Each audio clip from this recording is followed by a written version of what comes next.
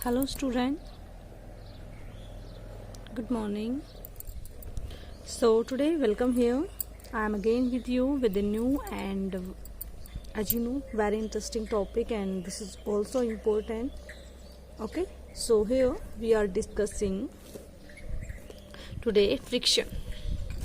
Okay, आज हम पढ़ने वाले हैं फ्रिक्शन के बारे में कि फ्रिक्शन क्या है, कैसे ओरिजिनेट हुआ है, फ्रिक्शंस की टाइप्स क्या क्या हैं, ठीक है। और हम कुछ डिफरेंट काइंड्स के फ्रिक्शन के बारे में भी स्टडी करेंगे, ठीक है बेटा। तो थ्योरी आज हम इसकी डिस्कस करने वाले हैं, थ्योरेटिकली पार्ट। ओके, क्या होता है, किस तरीके से ये मतलब स्टडी किया जाता है, और इसके बारे में दो व्यू हैं लोगों के, दो थ्योरी बनाई गई है। एक ओल्ड व्यू है जो पहले सोचा जाता था फ्रिक्शन के बारे में, एक अपना आज का न्यू मॉडर्न व्यू है, ठीक है। तो हम दोनों व्यूज के बारे में डिस्कस करेंगे बेटा। सो चलिए स्टार्ट करते हैं। ओके, हाँ जी, देखिए फ्रिक्शन। ओके, फ्रिक्शन होता क्या है? देखिए फ्रिक्शन का मतलब होता है घर्षण। अगर हम इसकी हिंदी में बात करें तो फ्रिक्शन का मतलब होता है घर्षण, ठीक है। देखिए, an opposing force that comes into play. ये बेसिकली क्या है? एक अपोजिंग फोर्स है। क्या है ये? एक अपोजिंग फोर्स है। मीन्स ये किसी ना किसी को अपोज करता है। इट मीन्स ये फोर्स कब प्रोड्यूस होगा? जब मोशन होगा। अगर मोशन नहीं है तो ये प्रोड्यूस नहीं हो रहा है, ठीक है। An opposing force that comes into play when one body actually move or try to move over the surface of the another body। देखिए ध्यान से समझिए, ये तब प्रोड्यूस होता है जब एक बॉडी दूसरी, सपोज करो एक पेंसिल एक बॉडी है और ये बुक भी एक बॉडी है, ओके, ठीक है। देखिए फिजिक्स में जो बॉडी या ऑब्जेक्ट वर्ड यूज होता है वो हम किसी भी नॉन लिविंग थिंग्स के लिए यूज करते हैं, जिस पे भी हम स्टडी करते हैं। अगर ये पेंसिल इस बॉडी पे मूव करने की कोशिश कर रही है लाइक दैट, ठीक है, तो ये पेंसिल देखिए, ये पेंसिल इस डायरेक्शन में जा रही है ऐसे, तो इसके अपोजिट डायरेक्शन में एक फोर्स प्रोड्यूस हो रहा है जो इसको मूव करने से रोक रहा है, और वही फोर्स क्या होता है? फ्रिक्शन। तो आपने क्या देखा यहाँ से कि जो फ्रिक्शन है वहीं देखिए, ये यहाँ पे इस पार्ट पे ये पेंसिल इसके टच में है, तो जो पार्ट कांटेक्ट में होगा ना उसी में फ्रिक्शन प्रोड्यूस होगा। बाकी बॉडी है, जो बाकी बुक है, ये तो खाली पड़ी है ना, यहाँ पे तो पेंसिल टच में नहीं है, तो यहाँ पे फ्रिक्शन प्रोड्यूस नहीं होगा। समझ रहे हो आप मेरी बात? यहाँ पे नहीं प्रोड्यूस होगा। जो हिस्सा, जो पार्ट दूसरी बॉडी के साथ कांटेक्ट में है, सिर्फ उसी में क्या होगा? आपका फ्रिक्शन डेवलप होगा। यानी कि इतने पार्ट में जहाँ पे पेंसिल इसके टच में आ रही है वहीं पे क्या होगा? हमारा फ्रिक्शन जनरेट होगा, ठीक है। और ये किसकी वजह से होता है? It is due to intermolecular force which are electrically in nature. ये जो इंटरमोलिकुलर फोर्स है, मतलब कि पेंसिल के मोलिक्यूल और बुक के मोलिक्यूल्स, ये दोनों एक दूसरे के अंदर इस तरीके से फंस जाते हैं, ऐसे, क्लियर। ये जैसे पेंसिल है और ये सपोज करो, तो इन दोनों के मोलिक्यूल इस तरीके से दोनों के अंदर अटैच हो जाते हैं, ऐसे, ये एक दूसरे को पकड़ लेते हैं। अगर ये पकड़ लूज है तो ये बॉडी इस पे मूव करती रहेगी, और अगर ये पकड़ ज़्यादा टाइट है तो ये बॉडी इस पे मूव नहीं कर पाएगी। मतलब ये दोनों के मोलिक्यूल एक दूसरे को इस तरीके से जकड़ लेते हैं, क्लियर, समझ रहे हो? तो ये कुछ बेसिक था इसके बारे में, फ्रिक्शन के बारे में। अब हम बात करते हैं, ओके, ओरिजिन ऑफ फ्रिक्शन, ठीक है। फ्रिक्शन कैसे ओरिजिन? उससे पहले मैं आपको बता दूं कि जब भी दो बॉडीज एक दूसरे को टच करती हैं, ठीक है, तो each one exert a force on another, clear. जैसे कि आप इसको ऐसे समझिए, अगर ये दो बॉडीज हैं एक दूसरे को टच कर रही हैं, क्लियर, डिफरेंट बॉडीज हैं, एक दूसरे को क्या कर रही हैं? टच कर रही हैं। तो ये रेड वाला पेन इस पे फोर्स लगाएगा और ये इस पे। इट मीन्स अगर दो बॉडीज एक दूसरे को टच करती हैं तो वो एक दूसरे पे फोर्स लगाती हैं हमेशा, क्लियर। तो जो बॉडी टच की वजह से एक दूसरे पे फोर्स लगाती है, इसको बोलते हैं कॉन्टैक्ट फोर्स। क्या बोलेंगे? Contact force. तो कॉन्टैक्ट फोर्स क्या हो गए? When two bodies touch each other, okay, then every body या each body exert force on each other, these force are called contact force. मैं आपकी नॉलेज के लिए बता रही हूँ ताकि आपको पता चले, ठीक है। अब देखिए, तो जो कॉन्टैक्ट फोर्स होगा ना, जो इन दोनों के बीच में लग रहा है, तो ये कॉन्टैक्ट फोर्स कब लगेगा? जब रियली एक दूसरे को टच करेंगे। ऐसे नहीं है दूर से लगेगा। अगर दूर से इनके बीच में फोर्स लग रहा है तो this is non contact force. Like gravitational force होता है, नॉन कॉन्टैक्ट फोर्स है, हमारे बीच में और अर्थ के बीच में लगता है, ठीक है, इलेक्ट्रिक फोर्स है, मैग्नेटिक फोर्स है, ये सारे नॉन कॉन्टैक्ट फोर्स हैं। ओके बेटा, बट कॉन्टैक्ट फोर्स हमेशा तभी लगेगा जब बॉडी रियल में फिजिकली एक दूसरे के साथ अटैच होंगी। ठीक है, अब कॉन्टैक्ट जो फोर्स होता है हमारा, उसके दो कंपोनेंट होते हैं। जो आपका कॉन्टैक्ट फोर्स है उसके दो कंपोनेंट है बेसिक, उनके बारे में आपको पता होना चाहिए। क्या हो रहा है आज? ठीक है, तो उसके दो एक तो परपेंडिकुलर कंपोनेंट होता है, ठीक है, और एक होता है पैरेलल कंपोनेंट। क्लियर? ठीक है, जब दो फोर्स एक दूसरे के कांटेक्ट में आते हैं तब उसके दो फोर्स के कंपोनेंट वर्क करते हैं। तो component of contact force perpendicular to surface, जो अगर मान लो ये एक बॉडी है और ये भी एक इसके ऊपर बॉडी है, ठीक है, तो जो कंपोनेंट परपेंडिकुलर होता है ऐसे, उसको हम बोले जाते हैं नॉर्मल। ठीक है, तो नॉर्मल क्या है हमारा? बेसिकली एक तरीके का फोर्स है, the component of contact force perpendicular to surface. ठीक है, वो कंपोनेंट जो सरफेस के क्या है, जैसे कि अगर मैं बात करूँ ये पेन इस सरफेस के परपेंडिकुलर, उसके कांटेक्ट में भी है और परपेंडिकुलर कांटेक्ट में है, तो इसको हम बोलेंगे नॉर्मल फोर्स। क्या बोलेंगे? Normal force. ठीक है, तो नॉर्मल फोर्स या नॉर्मल रिएक्शन भी आप इसको बोल सकते हैं। क्या बोल सकते हैं? Normal reaction.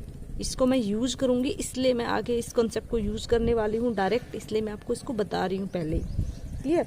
और जो कंपोनेंट इसके पैरेलल होगा सरफेस ऑफ कांटेक्ट के, इस तरीके से, ठीक है, जो इसके पैरेलल होगा, ये मान लो कोई सरफेस है, एक तो इसके ऐसे कंपोनेंट होगा इसके नॉर्मल, तो उसको बोलेंगे नॉर्मल रिएक्शन, और एक इसके पैरेलल होगा, और जो इसके पैरेलल होगा उसको हम बोलते हैं फ्रिक्शन। उसको हम क्या बोलते हैं? फ्रिक्शन। जो पैरेलल कंपोनेंट है वो हमारा क्या है? फ्रिक्शन। और जो परपेंडिकुलर कॉर्नर है, परपेंडिकुलर फोर्स, उसको हम क्या बोलेंगे? Normal reaction. समझ आ गया? परपेंडिकुलर कंपोनेंट क्या रहेगा कांटेक्ट फोर्स का? Normal reaction. और पैरेलल कंपोनेंट रहेगा हमारा फ्रिक्शन। ठीक है, तो आप क्या कह सकते हो कि जो देखिए ये तो अपना हो गया नॉर्मल रिएक्शन और ये हो गया फ्रिक्शन फोर्स। ठीक है, तो आप देख सकते हो कि नॉर्मल रिएक्शन, इसको आप एन से रिप्रेजेंट करो या आर से, आपकी मर्जी है। नॉर्मल रिएक्शन और frictional force, they are perpendicular to each other. Normal और रिएक्शन और फोर्स क्या है? एक दूसरे के परपेंडिकुलर है। ठीक है, और ये किसकी वजह से हो रहा है? Normal reaction and force of friction, this is due to intermolecular forces. ठीक है, किसकी वजह से हो रहा है? ये इंटरमोलिकुलर फोर्सेज की वजह से। तो आपको बेसिक समझ आया। अब हम बात करते हैं ओरिजिन ऑफ फ्रिक्शन। ठीक है, अब हम बात करते हैं ओरिजिन ऑफ फ्रिक्शन।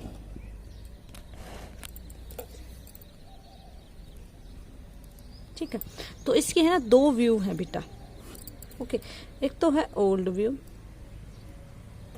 मतलब पहले क्या सोचते थे हम फ्रिक्शन के बारे में। एक है आज का व्यू, मॉडर्न व्यू। हम दोनों के बारे में बात करेंगे। क्लियर?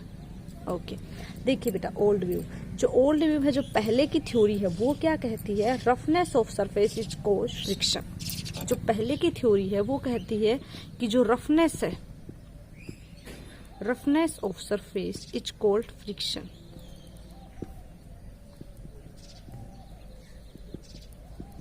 ठीक है, पहले की थ्योरी क्या बोलती है कि जो सरफेस की रफनेस है उसको फ्रिक्शन कहा जाता है। ठीक है, पहले बोला जाता था, आज नहीं बोला जाता ये। तो मैं आपको बता रही हूँ, कई बार पूछ लिया जाता है कि compare between the old view and the modern view of the friction. Question बन सकता है, आपको इसका बेसिक पता होना चाहिए। ठीक है, क्लियर? हाँ जी, तो रफनेस का मतलब होता है इरेगुलरिटीज की बात कर रहे हैं हम। जैसे कोई सरफेस रफ हो तो मतलब इरेगुलरिटी, मतलब वो इक्वल, उसका जो लेवल, जैसे ये स्मूथ सरफेस है, ठीक है, आप रफनेस सरफेस की बात करोगे लाइक इस तरीके से, देखो ऐसे जो इसके बना हुआ है ना, ये ऊपर का ये this is the rough surface, इस तरीके से, जो रेगुलर सरफेस ना हो। ओके, तो देखिए क्या कह रहा है ये कि ये जो फोर्स था इसमें ऐसे बताया गया था कि अगर मान लो हम एक सरफेस लेते हैं इस तरीके से, ठीक है, इसके ऊपर कोई, क्योंकि दूसरी बॉडी रखनी पड़ेगी आपको इसके ऊपर। क्लियर? ठीक है, जो ये वाली जो बॉडी हम इसके कांटेक्ट में लेके आए, इसको बोलते हैं प्रोजेक्शन। ठीक है, और जो ये नीचे वाला, इसको बोलते हैं डिप्रेशन।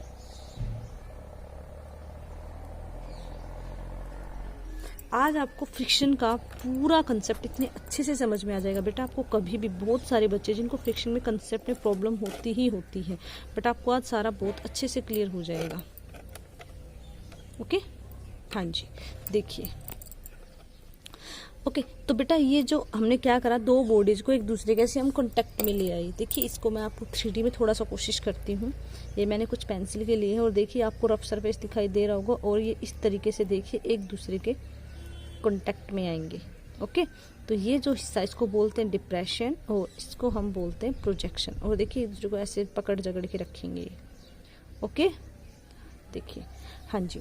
तो देखिए ये क्या कह रहे हैं कि इस तरीके से जो इरेगुलरिटीज है वो एक दूसरे के अंदर क्या हो जाती हैं, इंटरलॉक हो जाती हैं। ये जो इरेगुलरिटीज हैं ये एक दूसरे के अंदर ऐसे क्या हो जाती हैं, इंटरलॉक हो जाती हैं।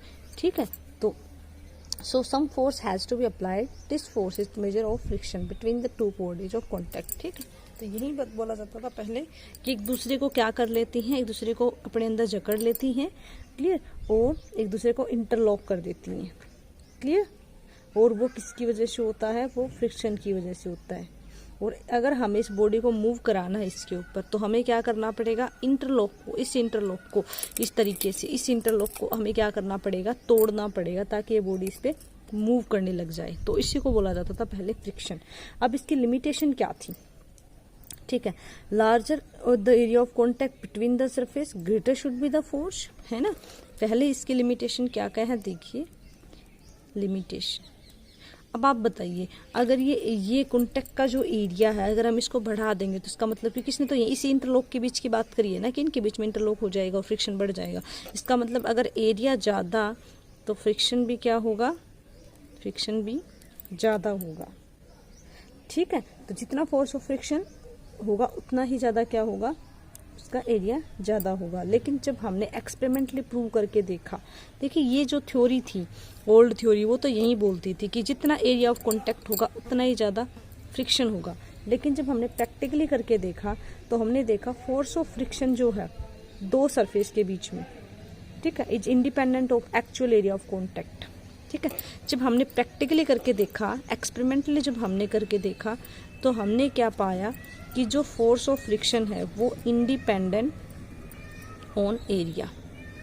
ठीक है, जो फोर्स ऑफ फ्रिक्शन है वो इंडिपेंडेंट ऑन एरिया, एरिया पे डिपेंड ही नहीं कर रहा था। जो एरिया कॉन्टैक्ट में आ रहा था ना उस पर वो डिपेंड ही नहीं। तो पहले इसकी लिमिटेशन पता चली आपको। सेकंड क्या था कि जब सरफेस कॉन्टैक्ट में आते हैं, ठीक है, और अगर मान लो सरफेस जो हमारा है स्मूथ है, क्लियर, अगर अब देखिए इसमें सिर्फ किसकी बात करी, इरेगुलर सरफेस की बात करिए ना, रफ सरफेस के बारे में बताएं। अगर मान लो सरफेस स्मूथ हो तो इसका मतलब फ्रिक्शन बिल्कुल खत्म हो जाएगा वहां से ऑलमोस्ट। ठीक है, तो लेकिन इसके अकॉर्डिंग तो क्या बोल रहा है कि रफ सरफेस है तो फ्रिक्शन है, अगर स्मूथ सरफेस होगा तो फ्रिक्शन खत्म। स्मूथ सरफेस है तो इसका मतलब फ्रिक्शन कम हो जाएगा, है ना। इसके अकॉर्डिंग तो यही है। लेकिन जब हमने प्रैक्टिकली करा, जब एक्सपेरिमेंटली करा, प्रैक्टिकली करा, तो क्या पता चला कि force of friction increase when surface in contact are extra smooth. ठीक है, हमने जब प्रैक्टिकली करा तो हमने देखा कि अगर स्मूथ सरफेस है तो हमारा जो फ्रिक्शन है वो क्या हो रहा था, इंक्रीज हो रहा था। ठीक है, ये क्या बता रहा है कि फ्रिक्शन लेस हो रहा है स्मूथ होने पर। लेकिन प्रैक्टिकली क्या पता चला कि अगर स्मूथ सरफेस है तो भी फ्रिक्शन इंक्रीज हो सकता है। क्लियर, तो ये कुछ बेसिक थी और कुछ लिमिटेशंस थी हमारी जो ओल्ड व्यू था। आज का जो व्यू है वही आज के दिन वैलिड है और हमें इसी को ओरिजिनल पढ़ना। ये मैंने आपको एक स्टोरी बताई है पीछे की कि पहले लोग ऐसे सोचते थे फ्रिक्शन के बारे में। ये है हमारा इंपॉर्टेंट मेन टॉपिक, अब यहाँ से स्टार्ट हो रहा है। ठीक है बेटा, तो अब मॉडर्न व्यू की बात करते हैं कि आज की जो थ्योरी है फ्रिक्शन के बारे में क्या कहती है। तो ये क्या कहता है कि friction is arise due to strong atomic या मोलिकुलर फोर्स ऑफ अट्रैक्शन। देखिए जो आज की थ्योरी है वो ये कहता है friction is arised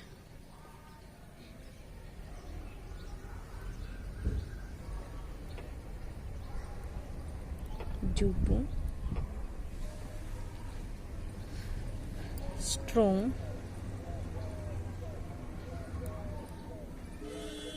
atomic you can say molecular force of attraction between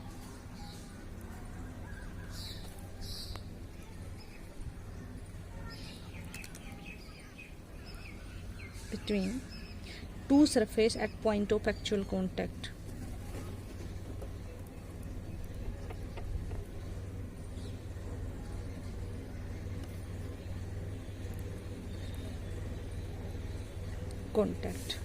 okay, देखिए इस बात का क्या मतलब है, यही हमारी आज की रियल डेफिनेशन है और आपको यही याद करनी है। पहले कहा जाता था कि सिर्फ ना रफनेस की वजह से होता है, क्लियर, सिर्फ अगर ऐसा सरफेस होगा तो ही फ्रिक्शन होगा। लेकिन आज के दिन क्या कहा जाता है कि सरफेस कोई भी हो, फ्रिक्शन हर जगह होगा, चाहे स्मूथ हो, चाहे इरेगुलर हो, चाहे किसी भी तरीके का हो।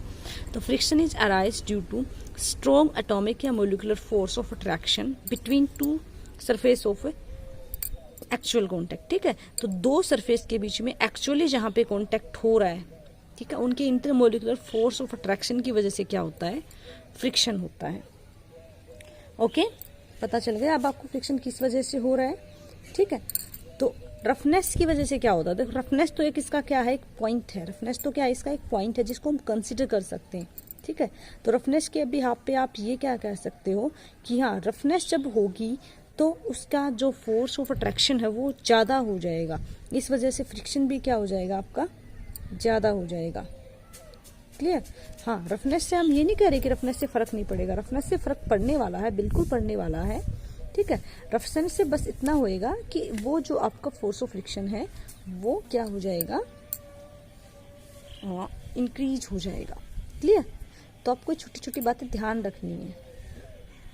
ओके, और आपको ये भी देखना है कि जो रियल में अटैच होता है एक दूसरे के साथ जो सरफेस, देखिए वैसे अटैच होना अलग बात है, लेकिन रियल में जो अटैच होता है एक दूसरे के साथ वो कॉन्टैक्ट एरिया बहुत कम होता है। ठीक है, एक एक्चुअल एरिया कॉन्टैक्ट जो होता है वो काफ़ी स्मॉल होता है। ठीक है, तो ये क्या अप्लाई करते हैं एक दूसरे के ऊपर, जब दो बॉडीज एक दूसरे कॉन्टैक्ट में आती हैं तो इनके बीच में क्या अप्लाई होता है, एडहेसिव प्रेशर अप्लाई होता है। एडहेसिव प्रेशर अप्लाई होता है। ठीक है, फोर्स अप्लाई करते हैं, किसी एरिया पे अप्लाई करेंगे तो अंडरस्टूड सी बात है कि वहाँ पे प्रेशर क्रिएट हो जाएगा। अगर आप किसी एरिया पे फोर्स अप्लाई करते हो तो वहाँ पे एक तरीके का क्या क्रिएट हो जाता है, प्रेशर। बिकॉज प्रेशर क्या होता है, फ्रेश फोर्स अपॉन एरिया। अगर आप एक किसी पर्टिकुलर पॉइंट पे फोर्स अप्लाई करोगे, ठीक है, एक एरिया के अंदर, तो आप वहाँ पे एक प्रेशर अप्लाई कर रहे हो और यहाँ पे जो प्रेशर अप्लाई होगा उसको हम बोलते हैं एडहेसिव प्रेशर।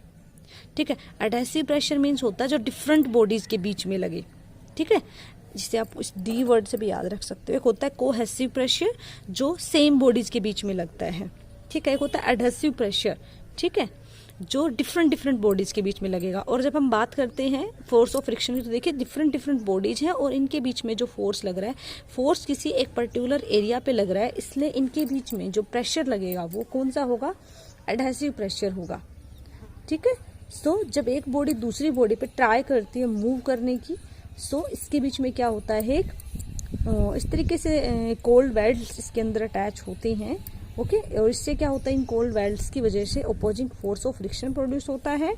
ओके, और जो टाइनी कोल्ड वेल्ड्स हैं ये कंटिन्यू क्या करते रहते हैं, इसके चेंज कॉन्टैक्ट करते रहते हैं। ठीक है, तो अब जो हमारी मॉडर्न व्यू है उसने क्या करे, उसने भी अपने कुछ पॉइंट्स दिए हैं, अपने कुछ थ्योरीज दी हैं, तो हम उनको देखते हैं कि इसने अपने क्या पॉइंट्स दिए हैं। तो देखिए फर्स्ट जो मॉडर्न थ्योरी है उसने क्या कहा है, इसने कहा कि जो फ्रिक्शन फोर्स है वो इंडिपेंडेंट होगा एरिया ऑफ कॉन्टैक्ट, मतलब जो हमने एक्सपेरिमेंटली करके देखा वही इसके पॉइंट्स हैं। तो इसने क्या क्या पॉइंट्स दिया कि जो फ्रिक्शनल फोर्स है, ठीक है, फ्रिक्शनल जो हमारा फोर्स है वो इंडिपेंडेंट है किस पे, एरिया ऑफ कॉन्टैक्ट पे।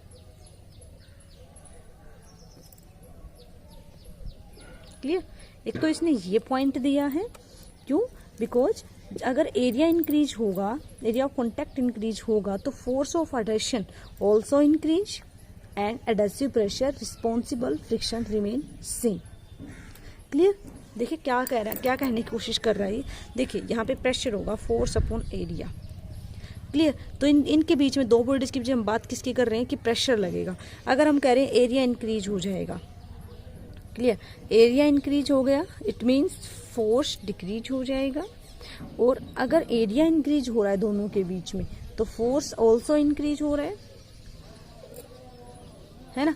देखिए हम क्या कह रहे हैं, ओल्ड व्यू क्या कह रहा है, सॉरी ओल्ड व्यू क्या कह रहा है, अगर एरिया इंक्रीज हो रहा है तो फोर्स इंक्रीज हो रहा है, और ये ओल्ड व्यू कह रहा है ये वाला कंसेप्ट। ठीक है, तो increase in area force of addition also increase, same ratio में इंक्रीज होंगे दोनों। तो अब दोनों इक्वली अगर रेशियो में इंक्रीज हो रहे, मान लो ये भी 2 हो रहा है ये भी 2 हो रहा है, तो इकट्ठ हो गए, तो प्रेशर तो क्या रहा हमारा, सेम रहा ना। ठीक है, तो ओवरऑल बॉडी पे कोई फर्क नहीं पड़ने वाला एरिया इंक्रीज करने से। क्लियर, क्या कह रहे हैं हम, फर्स्ट पॉइंट इस थ्योरी ने बोला कि अगर हम फोर्स इंडिपेंडेंट कर रहा है, मतलब डिपेंड नहीं करता एरिया ऑफ कॉन्टैक्ट कि अगर आप फोर्स को बढ़ा रहे हो तो एरिया बढ़ रहा है हमारा, तो फोर्स बढ़ रहा है, तो दोनों बॉडी ओवरऑल प्रेशर को क्या कर रही है, कांस्टेंट रख रही है, इसलिए हमेशा हमारा इंडिपेंडेंट रहेगा ये। ठीक है, फ्रिक्शनल फोर्स एरिया पे। सेकंड पॉइंट की बात करते हैं। हाँ जी, सेकंड पॉइंट क्या कहता है, when the surface in contact are extra smooth. ठीक है, सेकंड पॉइंट क्या कहता है, व्हेन सरफेस इज, यानी कि इसी की बात करेंगे हम, सरफेस स्मूथ हो हमारा या एक्स्ट्रा स्मूथ हो। ठीक है, अगर आपका सरफेस स्मूथ होगा तो distance between molecule of surface in contact decrease. ठीक है, तो उससे क्या होगा, जो मॉलिक्यूल के बीच की डिस्टेंस है वो क्या हो जाएगी, मॉलिक्यूल्स डिस्टेंस बिटवीन मॉलिक्यूल, जो इनके मॉलिक्यूल्स सरफेस कॉन्टैक्ट के, वो क्या हो जाएगी, डिक्रीज हो जाएगी। ठीक है, क्योंकि स्मूथ है तो उनके बीच की डिस्टेंस क्या हो जाएगी, डिक्रीज हो जाएगी, और जो एडहेसिव फोर्स है वो क्या हो जाएगा, इंक्रीज हो जाएगा, है ना। तो एडहेसिव प्रेशर भी क्या हो जाएगा आपका, इंक्रीज हो जाएगा। क्लियर, तो आपका प्रेशर भी क्या हो जाएगा, इंक्रीज हो जाएगा। इस वजह से अगर आपका सरफेस स्मूथ है, देखिए ध्यान से सुनिएगा दोबारा, अगर आपका सरफेस ऑफ कॉन्टैक्ट क्या है, स्मूथ है, तो क्या होगा बेटा, distance between the molecule of surface contact. ठीक है, जो इनके आपस के बीच के सरफेस कॉन्टैक्ट के बीच की जो डिस्टेंस है इनके मॉलिक्यूल्स की, जो मॉलिक्यूल एक दूसरे को टच कर रही हैं, ठीक है, वो क्या हो जाएगी, कम हो जाएगी। ठीक है, डिस्टेंस कम हो जाएगी तो एडहेसिव फोर्स बढ़ जाएगा उनके बीच में, क्योंकि अगर डिस्टेंस कम हो जाएगी तो फोर्स क्या करेगा, इसको अपनी तरफ खींचने की कोशिश करेगा ना, तो फोर्स बढ़ाना पड़ेगा हमें, फोर्स बढ़ेगा तो प्रेशर भी बढ़ जाएगा। ठीक है, इससे क्या होगा, आपका फ्रिक्शन भी इंक्रीज हो जाएगा। ठीक है, तो इस कंसेप्ट के बिहाफ पे, इस मॉडर्न व्यू के बिहाफ पे हम फ्रिक्शन को 2 टाइप से क्लासिफाई करते हैं। ठीक है, इस कंसेप्ट को मानते हुए हमने यहाँ से क्या सीखा, पूछा जाता है इसका मॉडर्न व्यू, इसकी डेफिनेशन और उसके 2 पॉइंट। सेकंड आपको याद रखना, फर्स्ट फोर्स इंडिपेंडेंट है ऑन एरिया, क्यों है वो मैंने आपको रीजन दे दिया है, और ये अगर स्मूथ सरफेस है तो फोर्स ऑफ फ्रिक्शन हमारा इंक्रीज हो जाता है, क्यों हो जाता है, आई ऑल्सो एक्सप्लेन यू। तो यहाँ से आपके क्वेश्चन बनते हैं, ये भी आपको अच्छे से करने हैं। चलिए अब हम बात करते हैं टाइप ऑफ फ्रिक्शन की। हाँ जी, देखिए तो फ्रिक्शन जो होता है वो 2 टाइप का होता है on the behalf of modern view.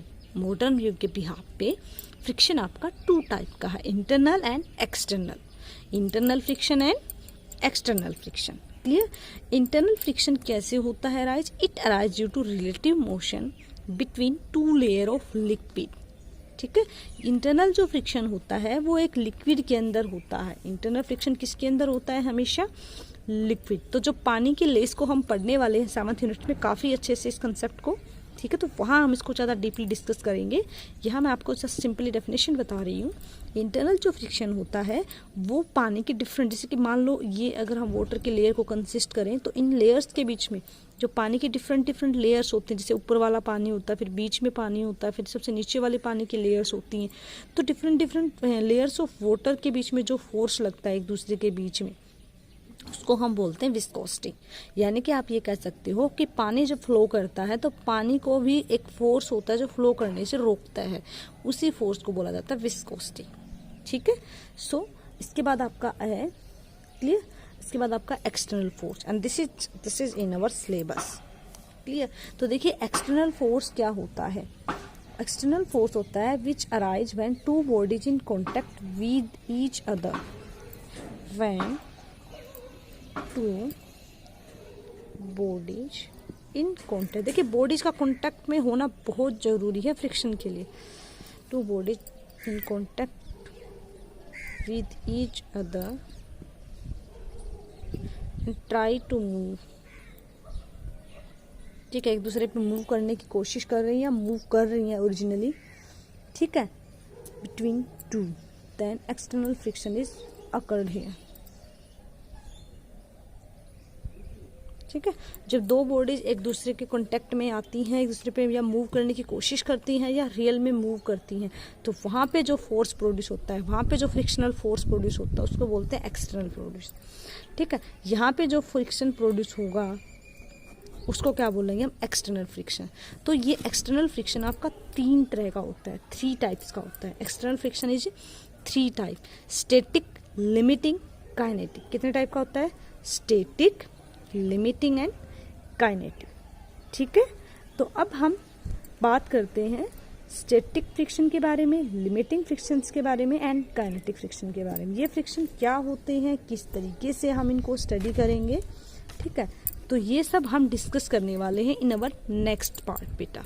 ठीक है, तो होप आपको फ्रिक्शन का इंट्रोडक्शन, फ्रिक्शन का बारे में जितनी भी आपको प्रॉब्लम्स थी सारी सोल्व हो गई है आपकी। आपको सारा फ्रिक्शन का कंसेप्ट क्लियर हो गया है कि फ्रिक्शन क्या होता है, पहले क्या सोचते थे इसके बारे में हम, आज की क्या थ्योरी है, कितने टाइप का होता है, कहाँ कैसे अप्लाई होता है। ठीक है, अब हम बहुत अच्छे से और ब्रॉडली डिस्कस करेंगे इन तीनों के बारे में इन अवर नेक्स्ट पार्ट। ठीक है, ओके। सो बेटा आपको बहुत अच्छे से करना है और आपको साथ साथ अपने नोट्स भी बनाने हैं। और बेसिक मैं आपको यही कहना चाहूँगी कि आपको हर कंसेप्ट को अच्छे से समझना है, आपको किसी भी चीज़ को रटना नहीं है। अगर आप रटोगे तो आपको कंसेप्ट क्लियर नहीं होंगे। ठीक है, सो अच्छे से समझिए, इन क्वेश्चंस को अच्छे से कीजिए। Okay, hope this is very helpful for you student. Thank you so much. Have a nice day. Take care.